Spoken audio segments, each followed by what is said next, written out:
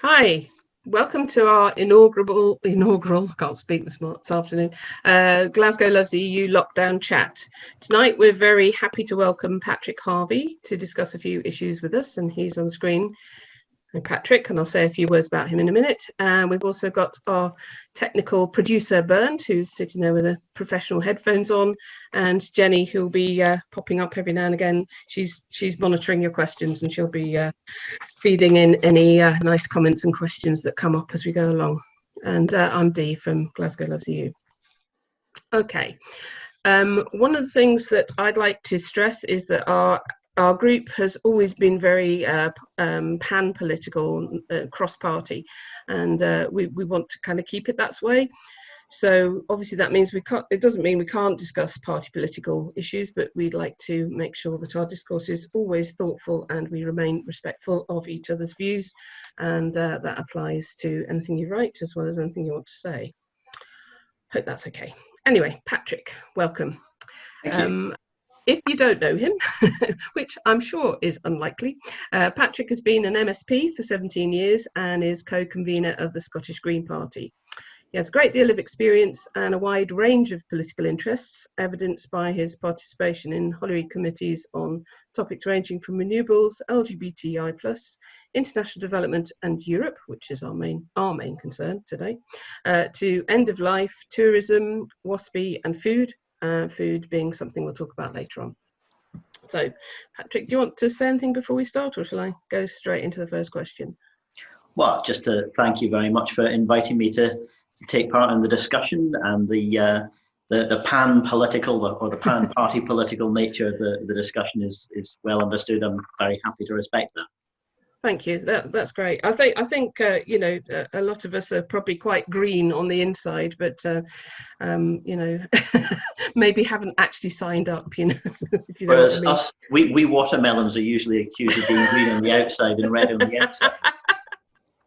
That's a very interesting way of looking at it. Very happy to own that stereotype. Watermelons, I'll remember that one.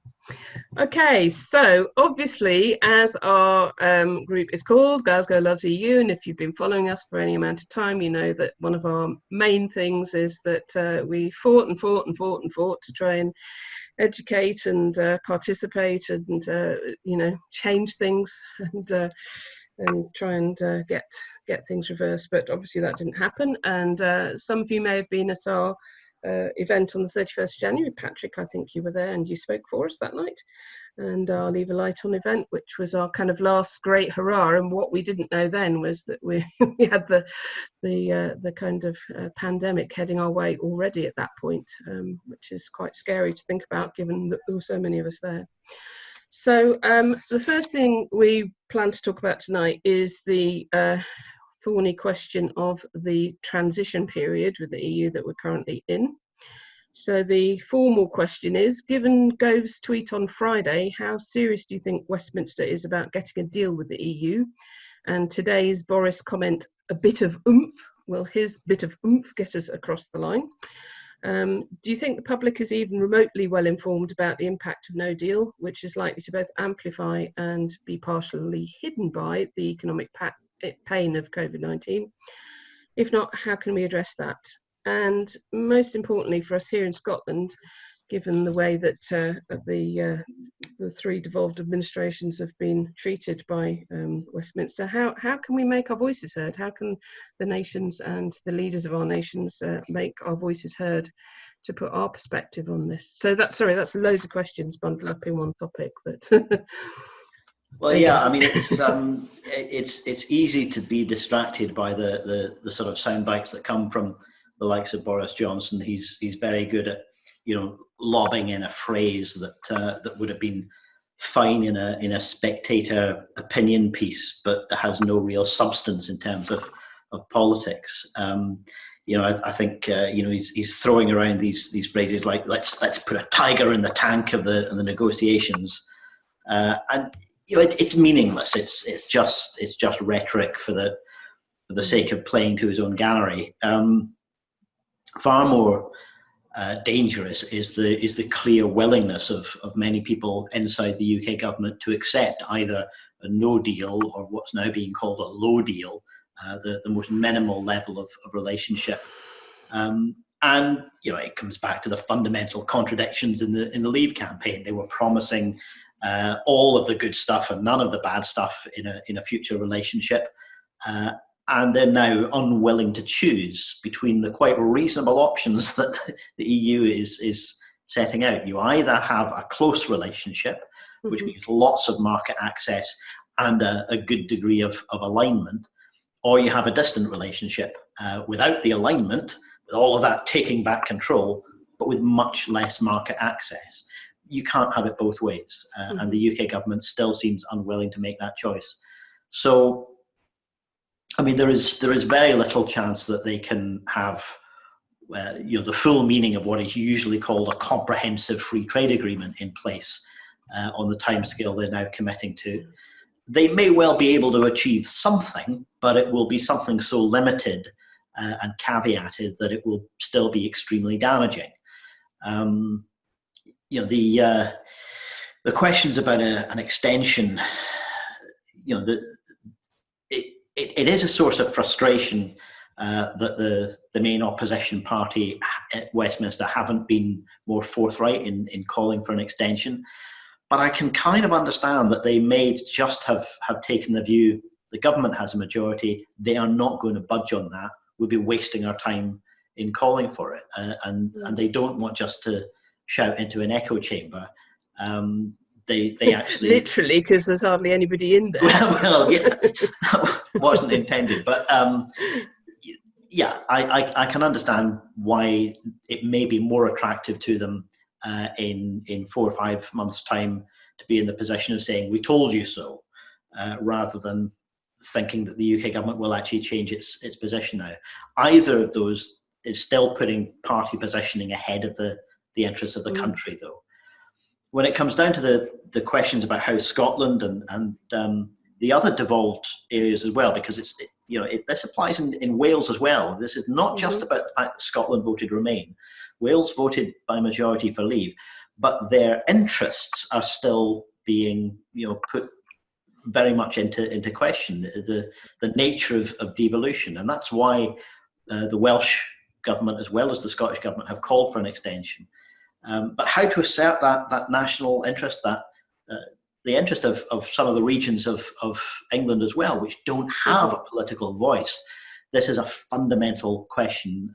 And acknowledging that there will be people who support Glasgow Loves EU, who are broadly content with the UK's internal constitutional arrangements, I can't help but thinking that, whatever position you have on Scottish independence, the lack of a balanced political voice within these islands is part of the brokenness of what the UK's constitution is. I've never pretended that independence is a quick and easy solution to that from Scotland's point of view. It is a path we have open to us as an option that we can take.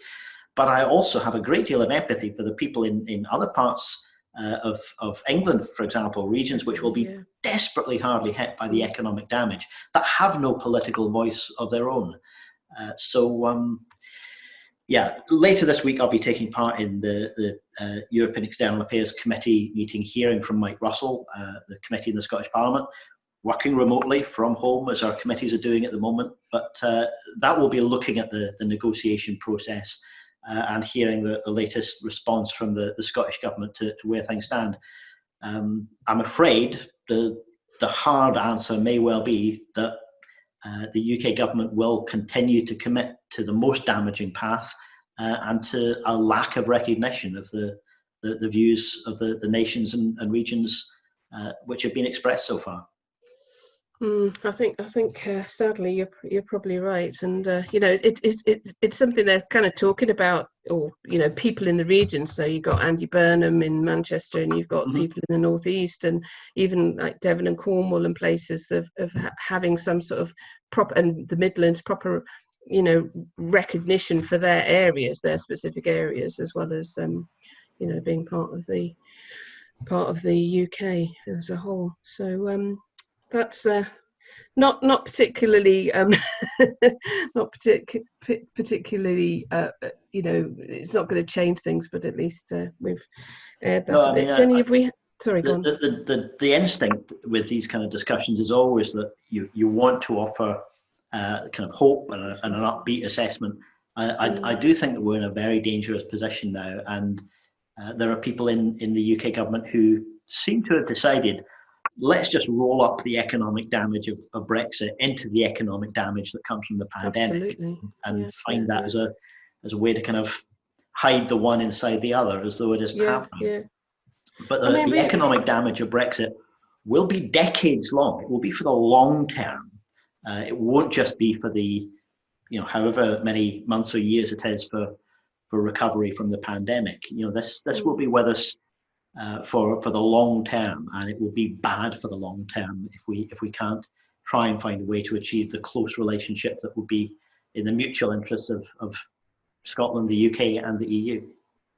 Yeah, because I mean, I'm picking all those years of kind of integration of all sorts of things from, I don't know, from like food labeling, which we'll get onto a bit later on, the food stuff, and education, recognition of qualifications, and so many things, data, space, all sorts of things are involved, and people just don't even think about it. All they get is like a headline thing. They don't really go into the detail. Sure. So, Jenny, have we had any? You're muted at the moment, so have we got any comments or questions? Yeah. Well, Fiona Smith has said she can't believe how sad she is about the loss of her children's EU citizenship. So, big changes for the young people who didn't actually vote for Brexit. And I was just hearing Patrick mentioning the tiger in the tank thing there. Boris's phrase, but was it Charles Michel today said he wants to put a tiger in the tank, but he can't even put a pig in a poke. I love that the EU negotiators are even better at our idioms than. Well, you're probably too young to remember, but tiger in the tank was an old strapline for a commercial for a petrol company back in the day. I'm pretty sure it was when I was a kid. They used to put a tiger in your tank, and it was one of the big. I can't remember which one it was, but one of the big petrol companies, and they had a tiger as their logo, and it was put a tiger in your tank to make you go. And they probably had tiger toys to make kids go, "Oh, please, can we go to the tiger garage, Daddy?" We've got a comment just through from Victoria, who I think is with the Sterling Group. Oh, okay. Hi, Victoria. Hi, Victoria. Yep. She's saying, is there anything we can do in the face of what seems like criminal mismanagement by UK government driving us to no deal, which was repeatedly expressly ruled out? So that's quite a good comment. The answer to that is probably no, but sadly. Well, there does need to be an attempt to hold the government to account. That's easier said than done, of course, in a political system that is designed to give a parliamentary majority to a party that gets a minority of the votes. So I'm not suggesting that it's easily done, but the consequences of what they're doing, of the agenda that they're pursuing, will be very, very real for people. And I think as the months move on, and as there is some kind of attempt to begin to let society and economy recover from the lockdown, the way that Brexit continues to compound the damage and prevent any kind of meaningful recovery will be very apparent to people. And I think we need to commit ourselves to exposing that and holding the UK government accountable for those actions. And I think if anything will make them shift their position, it will be the public opinion in the kind of areas where they won Tory seats for the first time, or for the first time in many, many years, that kind of new constituency that they need to appeal to if they want to continue to win majorities. I hope that they never win a majority again for all of the things that they're doing wrong. But they know that they need to appeal to those people, and those are the people who are going to be suffering not just direct economic damage, but compounding the economic damage of the pandemic as a result of this Brexit course. So we have a responsibility and an opportunity to continue to expose that and hold them to account for the actions that they're pursuing. Yeah, so I mean, we'll keep going, and we'll keep trying to share information around to people and keep writing to MPs and all the rest of the things that we do, and encouraging other people to do that. I think petitions kind of, I've read somewhere that petition, we share them, we sign them, but they do nothing because they've already pre-decided most of it anyway, and you just get a stock answer, because if it's anything about this, they go, well, Britain's already left the EU, so like, what are you sending us a petition for, sort of thing.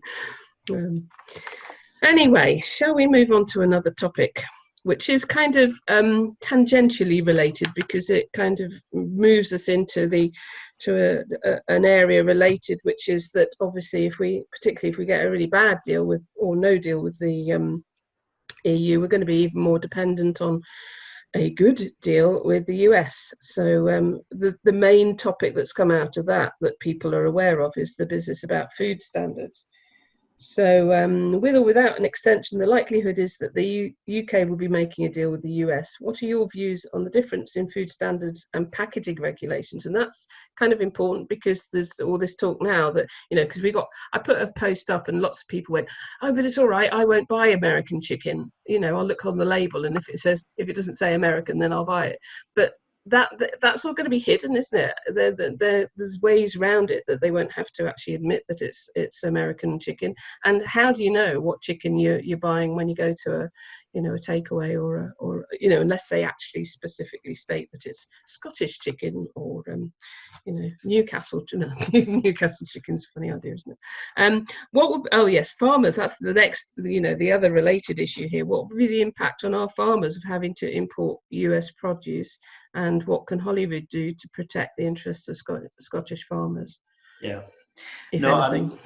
This is a profoundly important issue, and I think it's reasonable to begin with a recognition that Europe isn't perfect either. Of course, yeah. From a few years ago with the meat scandals around mislabeling and products going into the food chain that should never have been there in the first place. But that also brought people much more awareness of quite how long and convoluted these supply chains are, particularly in terms of things like processed meat going into processed food, where you don't have a label on a piece of meat that says where it's produced. You have that as one ingredient in a product. And so that really does diminish people's ability to make meaningful choices. And what we're clear about is the US's negotiating priorities will be to remove market barriers to food that's produced in standards, in conditions that would not meet our current standards, which derive from the European Union and which have kept people safe. They also want to do away with some of the other protections for things like designated origin status, the kind of products that in Scotland people mostly associate with things like whiskey, but actually cover a whole host of different products which have that protected designation, designated origin status.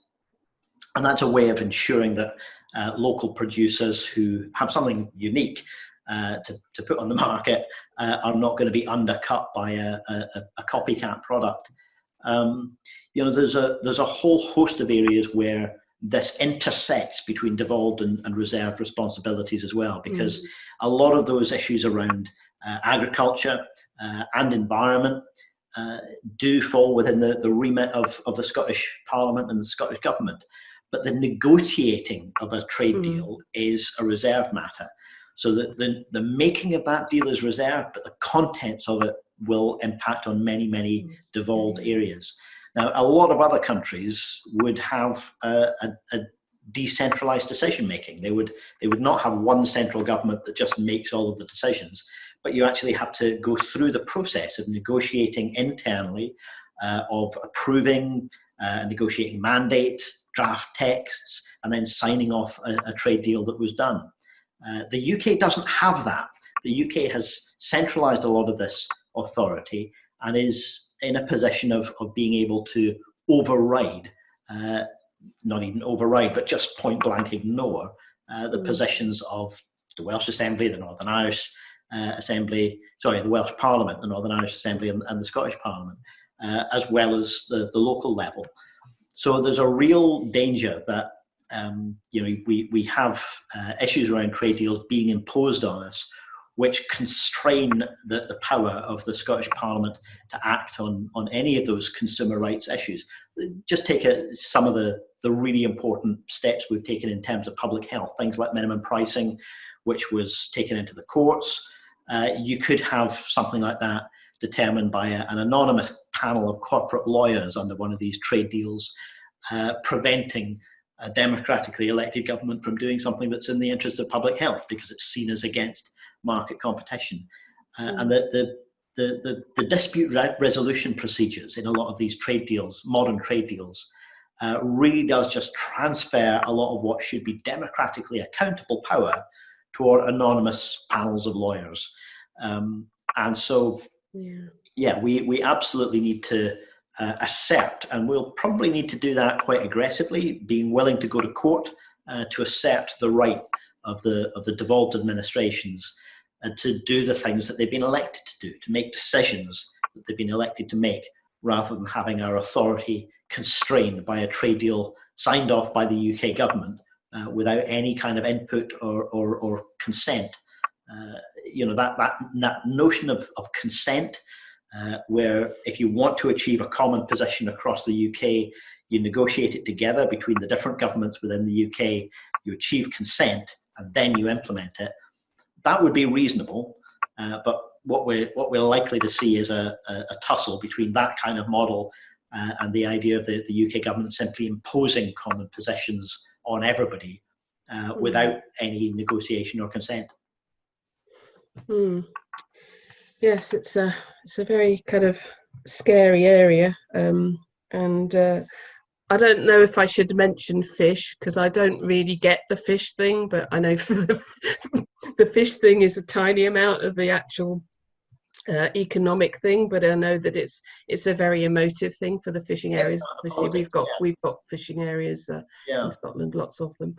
I mean, the frustration with that from a green point of view is that, inside the EU, outside the EU, with a deal, without a deal, you've still got the same basic problem, which is that you have a marine environment that has to be managed in a collaborative, cooperative way, because it doesn't split down borders. Exactly. There are no lines in the sea. There are no borders in the sea. For the fish, the fish don't know there's a border.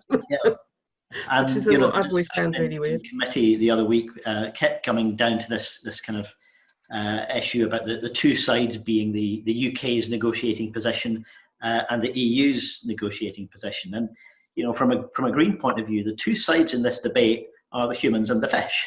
Yes, exactly. or the humans and the marine environment, which is under profound threat and has been severely depleted.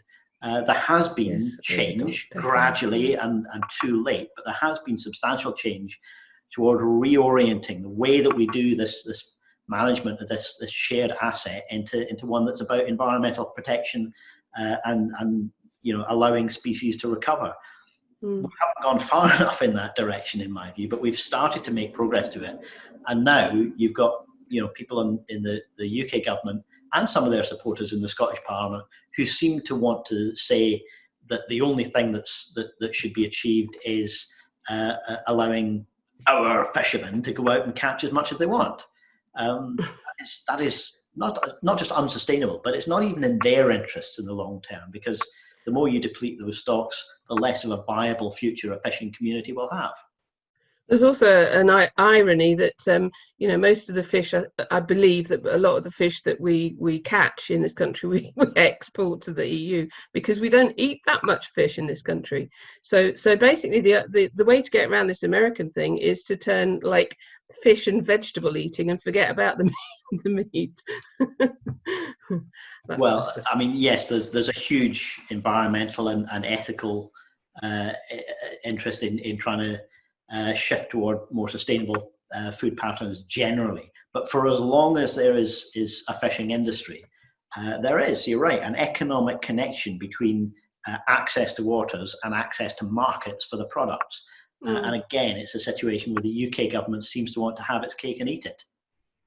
Well, yeah, they're always guilty of cakeism, and which was a neologism coined during the Brexit days, I think. I'm going to skip my next question because oh, sorry, Jenny, is there anything from you? I've written Yeah, your name down 4 times to remember to ask.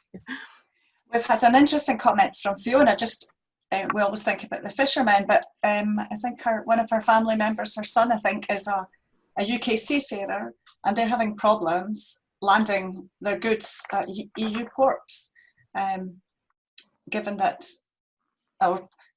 as we're no longer in the EU, well, they're obviously being told that, although the transition should still be working. But and there's also problems with the contracts because of COVID. So it seems to be a dreadful mix of situations and a direct result of us leaving the EU. So she's just come in here. Let me just see.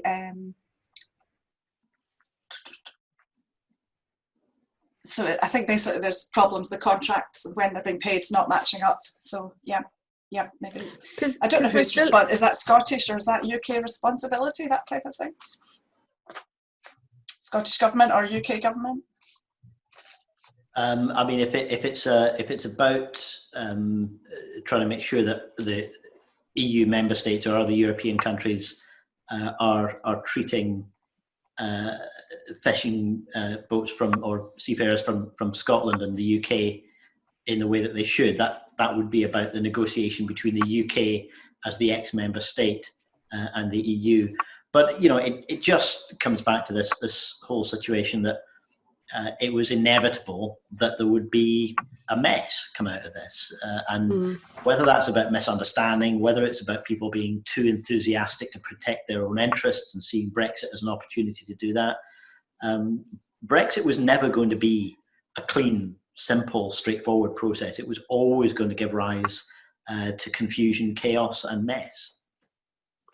I was thinking, I read a book about, one of these very many books there are about a brain surgeon talking about, his life and work. And I always kind of imagine it a bit like trying to extract a lump from somebody's brain and disentangle it from all the connections there are to, into and out of it. So, and trying to actually take one bit out carefully and anyway.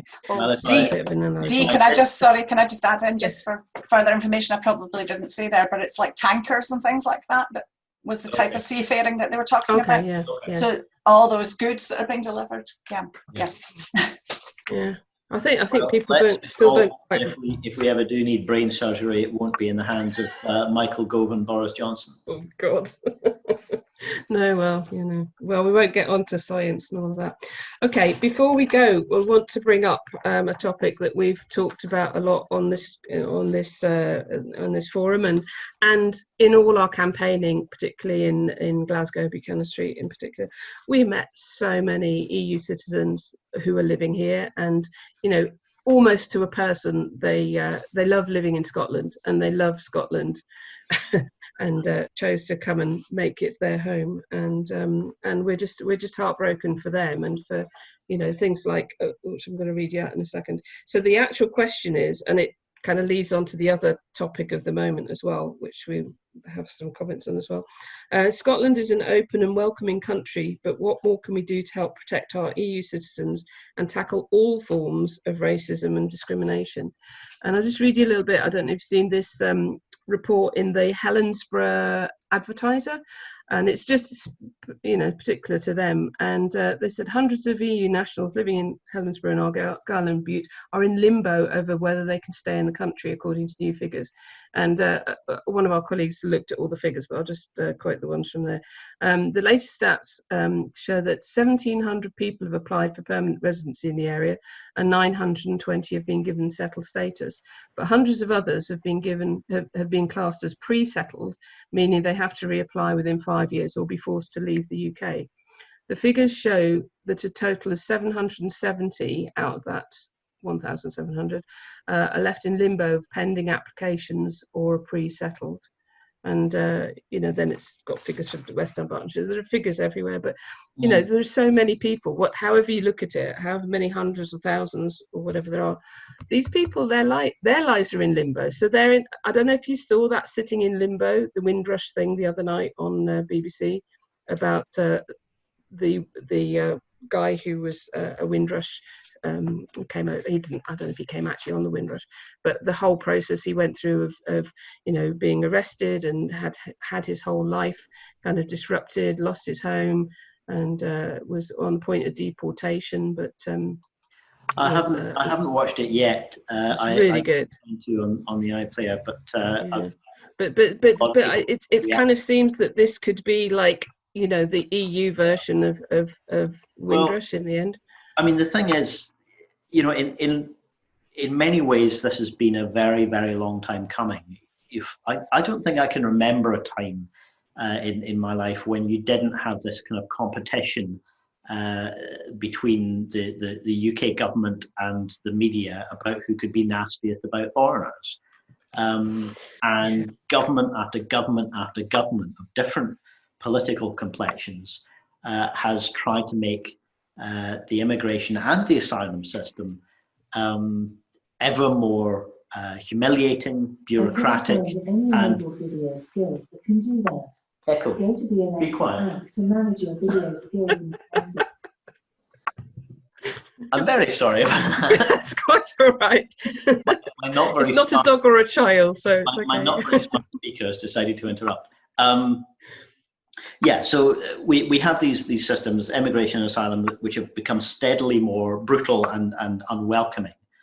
And a great many more people, as a result of Brexit, are finding themselves thrown into this system and treated unfairly in this system. In a little bit similar to the way that the pandemic has thrown so many more people into the social security system. It no longer is something abstract that they can hear about in the media or the newspapers. It's something that's directly impacting their lives. The same thing is true of the immigration system, with many, many more people being part of that.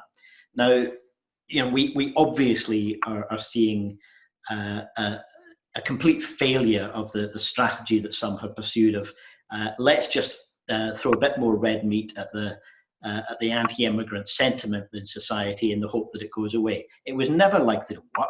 It hasn't worked. It's made the problem worse. And every time governments have tried making the immigration system a bit more brutal, there's been ever more demands to be even more racist, even more anti-immigrant.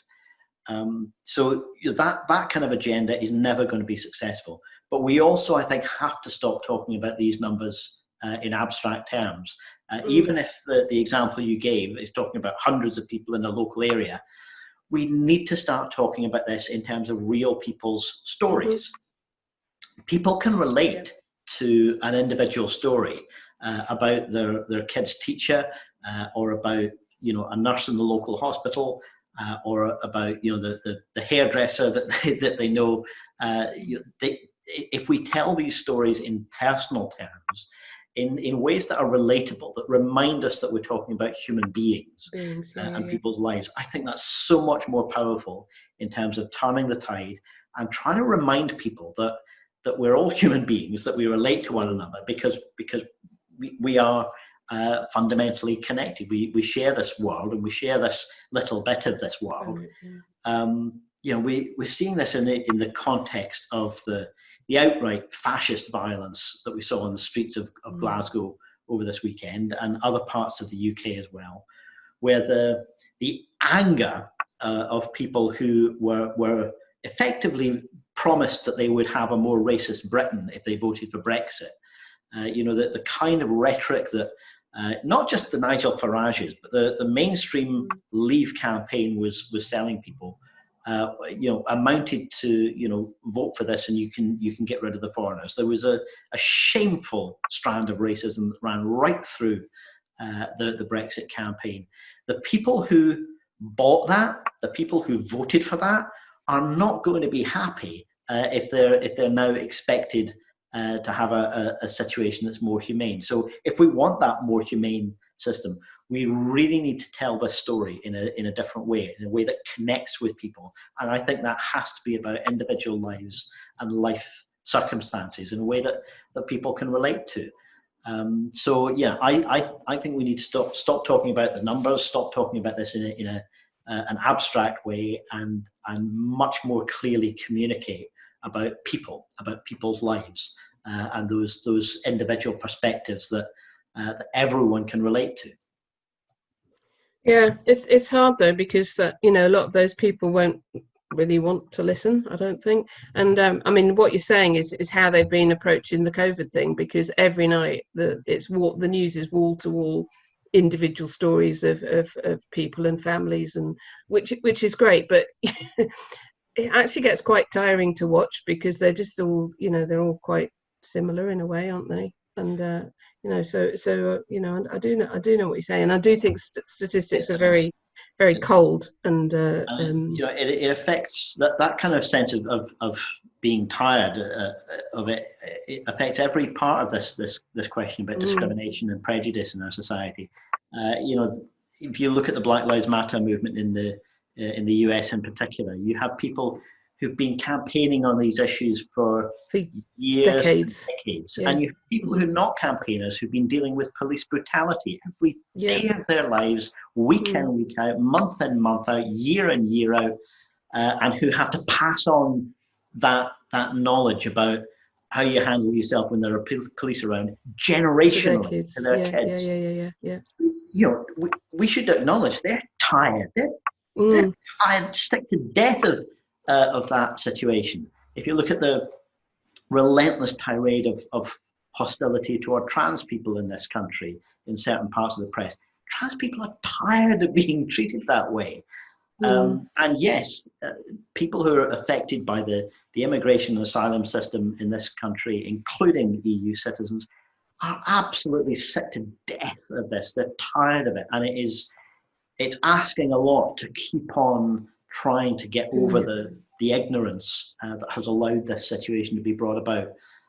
But if we give up on doing that, the people who want to double down on a more brutal and xenophobic system will be laughing all the way to the next election. So we can't give up on it, and we do need to keep on reminding each other and other people around us in our communities that this is about people's lives. This is about human beings, and talking about this issue in a relatable way. Jenny, you're on mute. Topically, European movement in Scotland are just flagging up that they have a webinar on the 25th of June on EU 27 citizens' rights. So that should be interesting. I think they've got an Eventbrite link or on their Facebook. But if anyone is struggling to find them, just get in touch with us and we can put them through. Well, I think we've put it on our page, and we'll put it on again, I'm sure. And I'm sure our Twitterati will be tweeting it as well. It is, the whole thing is you know, that issue is so depressing, the whole thing. But we will keep fighting. We're not gonna give up. We want the Scotland that we love to be the open and welcoming society that everybody, I think pretty much everybody I ever spoke to in Buchanan Street told me how wonderful they think Scotland is, and I feel the same as a incomer as well. Well, that's heartening to know. My life is a wonderful life up here. Love it very much. Anyway, we've gone a bit over our time, so we probably should wrap up now. And there are loads more things that we'd love to talk to you about, and but maybe another time. Maybe we'll have you back another time if you be other opportunities. Come back. Thank you very much for having me this evening. Yes, you know, COP26, for example, proportional representation, which you kind of touched on obliquely, and universal basic income, which I watched you do a thing on, which was really interesting. Something I'm very interested in, because I think that would kind of perhaps solve a lot of the issues that we have at the moment. But anyway, they're there for another day. But we really appreciate your time coming along, and thank you very much. And I'm going to raise my little Hollywood glass with a wee dram in it to you, because I got that out specially to say cheers and thank you. Thank you for all you're doing. A glass of French wine back at you. French wine and Scotch whiskey. Cheers. Thank you. Thanks very much. And that's great. Thanks.